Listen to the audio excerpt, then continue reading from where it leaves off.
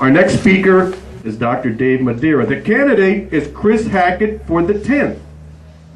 If we already know that Congressman Carney has failed to perform a serious charge, but a charge nonetheless easily proven by his voting record. So what I ask now is to listen to Dr. Dave Medarra, because this candidate deserves a chance and deserves your support. Dr. Dave Medarra. Thank you. I have a message for Barack Obama. I am not a bitter clinger. Now, don't get me wrong. I believe strongly in my religious faith, and I love to shoot my guns. But I'm not bitter. I'm happy and proud to be an American. And I'm proud to stand before you today and read a statement from Chris Hackett. He's the Republican candidate for the 10th Congressional District. He couldn't be here today, but he asked me to come and read this statement. Dear fellow Americans, of the people, by the people, for the people.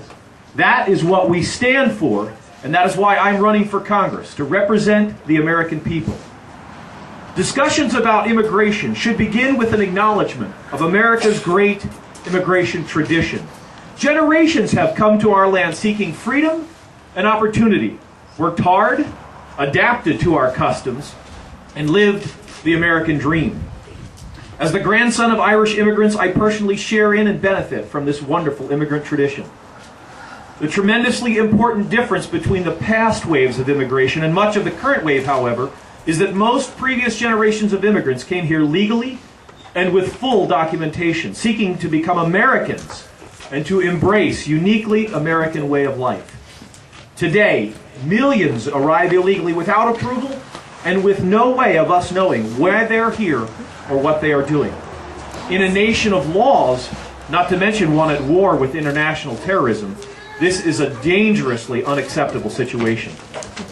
The problem has to be addressed at its root source, namely our porous borders with Mexico. Securing our borders is the essential first step. Washington politicians have been talking long about this, but that's the problem. It's just talk. We have to have real commitment in terms of border guard personnel, high-tech fencing equipment, and funding to get the job done. The next issue is what to do about the millions of illegals already in the country. Here again, the Washington politicians are out of touch. I will oppose any effort to grant amnesty to those who broke the law in order to get here. It's just wrong to reward lawbreaking, and it sends a signal that encourages even more illegal immigration.